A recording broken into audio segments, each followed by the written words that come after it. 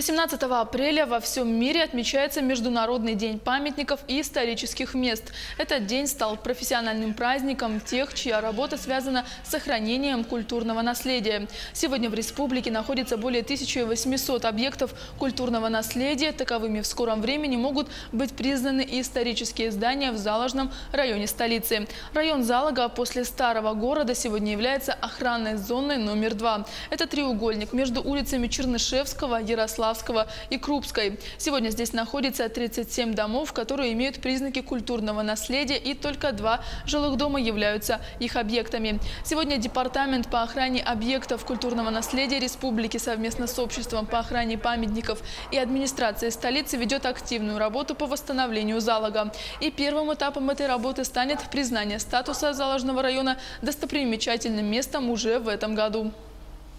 Сохранением объектов культурного наследия на территории именно 55-го квартала не привлекается финансирование, потому что в основном это частный сектор, в основном все находится в собственности у физических лиц.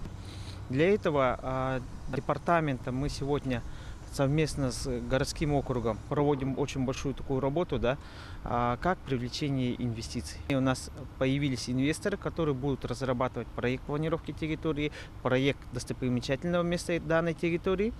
И дальше будем уже проходить нормативную работу проводить. После этого, уже когда признаем достопримечательным местом, когда они станут уже объектами культурного наследия, будем уже привлекать инвесторов.